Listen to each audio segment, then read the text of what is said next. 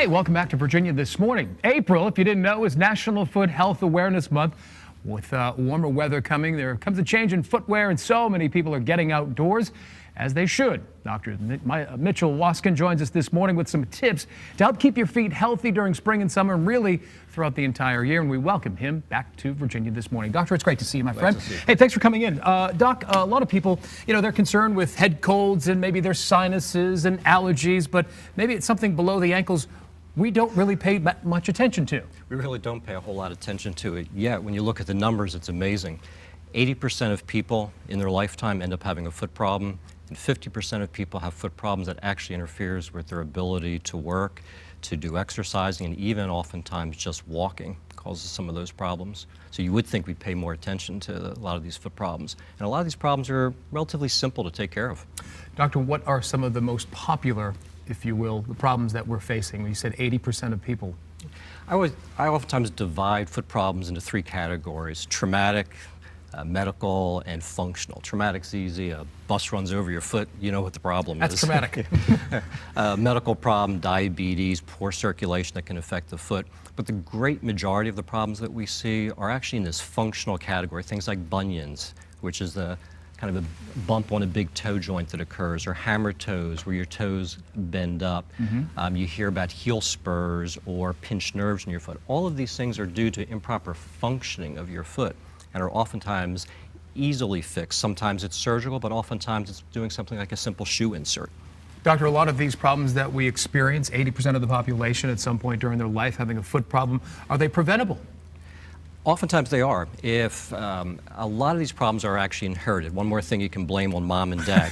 So you inherit this gene that gives you a greater chance of getting a bunion or a hammer toe or a heel spur. Well, if we know that a parent or grandparent had some of these problems, we could look at a child, look at their foot, and almost predict if they have a great chance of getting these problems, and then do something to prevent it so they don't get them.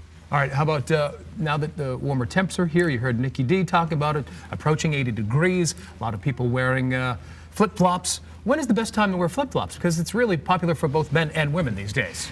Well, technically, things you read, they would say you shouldn't wear flip-flops because they're bad. No, the reality of the situation is people want to wear flip-flops, they're going to. But if you are going to wear a flip-flop, now they're making ones that have arches built into them, which really are not that bad for your feet. So if you're going to wear a flip-flop, get one that has an arch built in. They're pretty easy to find these days.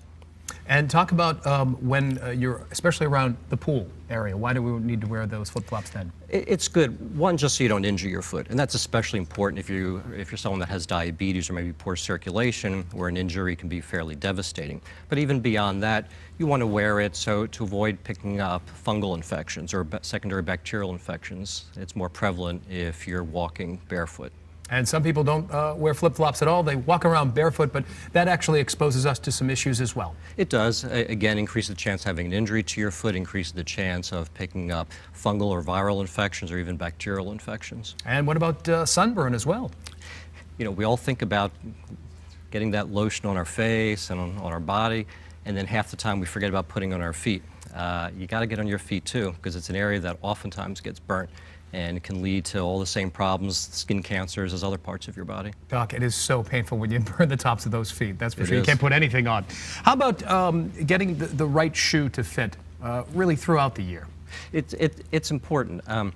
You and I, before this program, we're just talking about where people's feet flatten out excessively, pronate excessively, and some of the problems that can have. It can interfere with your knees, with your hips, lower back problems.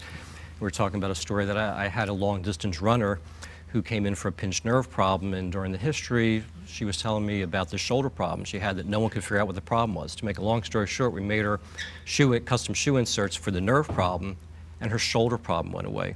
The point being, especially people that stress their musculoskeletal system a lot, that an improper functioning foot can have effects all the way up the body. How about any lingering problems? It's something I would imagine that you would say, don't wait for it to go away, maybe get it checked out. Absolutely. A lot of people don't get feet checked out soon because people are under the impression that it's normal for your feet to hurt. It's really not normal for your feet to hurt. So if you have a problem and it lasts a day, a couple of days, it just doesn't seem to be going away on its own, you ought to go and see your area podiatrist, get it checked out. Doctor, it's always a pleasure. Good to see you, Have Greg. a great summer. Thank you so much.